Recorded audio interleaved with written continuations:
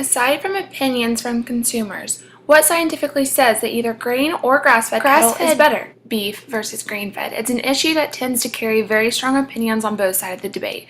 My goal is to dig beyond the opinions and decipher which one is better for you based on nutrient content, nutritious values, and scientific data. Carbohydrates are the primary nutrient component of livestock feeds, so I want to know which of the type of feeds offers more to the animal's daily functions as energy, as well as their meat nutrients to us as consumers.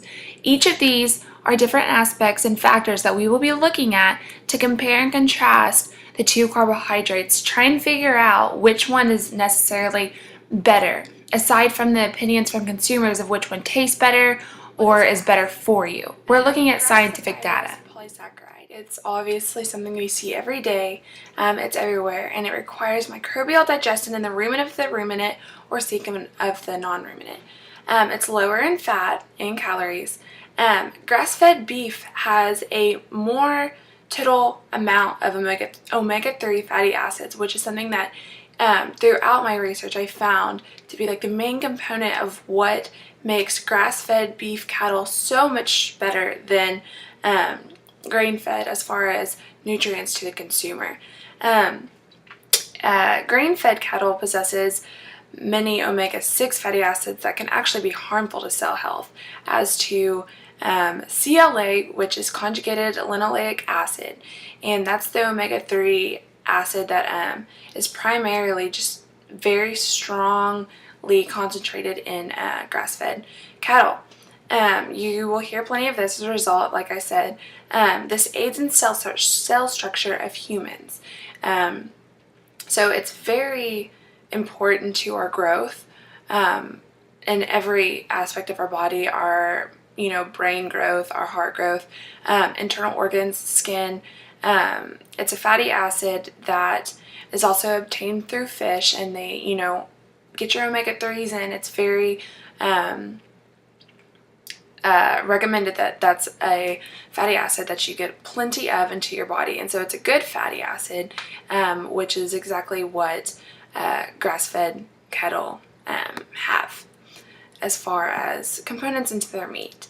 The richest milk and meat from grass-fed and ruminants are richest source of CLA, like I said.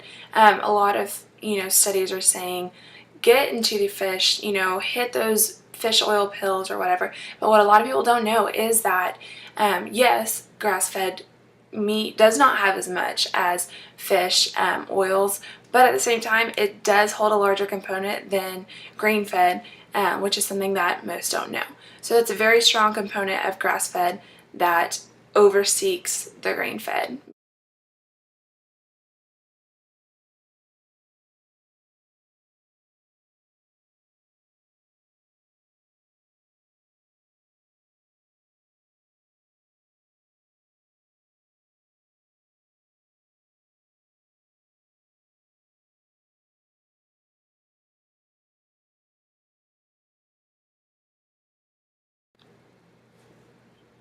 So after kind of going over what grass-fed cattle really hold true to their nutrition value as far as CLA goes, there's just a few facts that I've got right here. One being that in a Finnish study, women who had higher levels of the CLA into their body had a 60% lower risk of breast cancer than those with lower levels of CLA.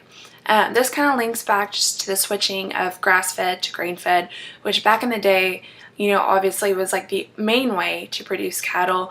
Kind of died off for a little bit, and everyone still went to the corn and grain-fed. And now it's coming back. It's becoming more popular, actually, aside from the taste of the different opinions that people have, because of the CLA, which is a very strong component of why more are starting to switch back to grass-fed. Here are just a few things that I have about grain, which I'm switching to now to kind of go over. People believe that grain-fed is the better way to go because it does have the marbling, and it's known for its flavor. This is because grain-fed is known for the primary leading source of fattening of the animal. That's why originally ranchers switched from grass to grain. It's got the flavor, and a lot of people believe that grass-fed tastes like grass, which may be true in some people's case. Like I said, the primary use for grain-fed is for the extra protein and the energy, which is a very leading source to a fatter cow. We know that, corn is a very widely spread, crop. It's used for ethanol, different purposes. They're finding more and more things to use it for. During a grain-fed process, corn is a leading use of ingredient for the grain-fed. And so in the conventional diet, this is just what's used primarily. So it's not necessarily a matter of grass versus grain, but there's a lot more of grass versus corn. And so going through this, I'm just going to go ahead and go over a few more facts that I have from the grass-fed. Like I said, CLA, keep that in mind, which is the conjugated linoleic acid, is what makes this whole debate about grass versus grain, which one should you do, more predominant over the other. So as of right now, I am leaning more towards grass-fed is better for you than grain-fed, simply for the reasons of the omega-3 fatty acids. And what it said in the slides earlier, I didn't mention in the video, is that vitamins A, C, and E are the 3 top vitamins that are found in grass-fed that grain-fed necessarily doesn't have. Right now, grain-fed is the leader of the protein and the fat source, which, if you're not really going for a more nutritious value, then grain-fed still may be your kind of meat.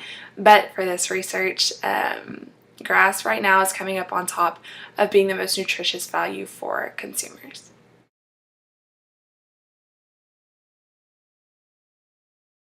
A large component of the grain and grass, not only for consumers, but now I'm switching to the aspect from ranchers' point of views, what makes them choose one over the other as far as feeding it to their animals. And it's kind of pretty obvious, especially being in an agricultural major, energy, what the animal is taking in to become the animal that we want it to be. Energy is the primary source of how they live their daily lives and functions, and so it's obviously a main concern for ranchers as far as growing these animals. Originally, like I said earlier, the reason that they switched from grass to grain, ranchers realized that this is an automatic growth process, fattening up the cows, making them big, thicker, have more marbling in their meat. Energy is how the animal functions and is a large concern. Studies have shown that less energy is derived from the fibrous carbohydrates, which that being the grass. And then from the non-fibrous carbs, which is the starch, the grains, that is where they obtain more energy. So from a nutrition standpoint for the animals, it is safe to say that on a net energy basis level, grain-fed is more productive for the animal as far as adequately using it to become a larger cow and derive more energy from.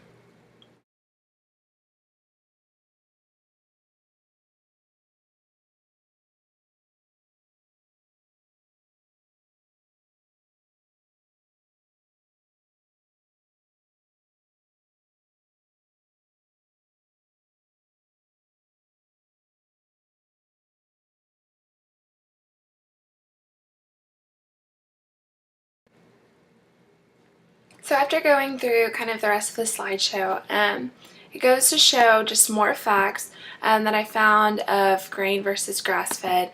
And it is a very repetitive subject only because there isn't much to kind of decipher as far as more than a few components. And those components to decide which one's better for you have fallen into this. Grass-fed obtains the CLA, the linoleic fatty acids that are very necessary for humans to consume. The omega-3s, which is so good for your heart and your cell growth, is what has really put grass-fed over grain-fed as far as nutrition values go. Grain-fed, obtaining more fat and having more omega-6s is kind of what's put that behind the grass-fed as well. There was a chart earlier about the vitamin E, which is coming from the CLA. and it seems to be very predominant through grass-fed. Even giving consumers grain-fed cattle that's enhanced with vitamin E still didn't even match to the amount that's found in grass-fed. So even supplements given to the animal can't overcome what grain-fed or grass-fed can do. These are just some opinions to back up the scientific facts.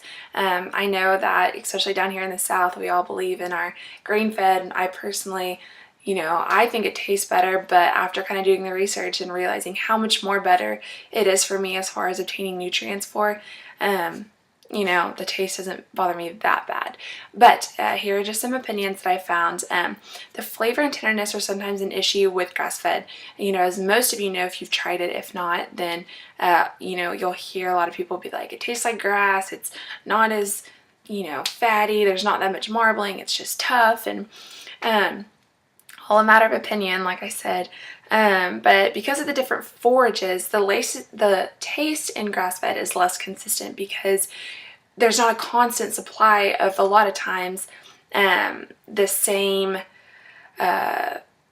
forages all the time. With the different seasons, there's different things growing. So a lot of times that's an issue faced by ranchers as far as grass-fed meat taste, because it's different diets, as to where you can pretty much supply the same grain, diet year round. So that's one thing that is kind of a difficulty that ranchers face when providing, food for their grass-fed.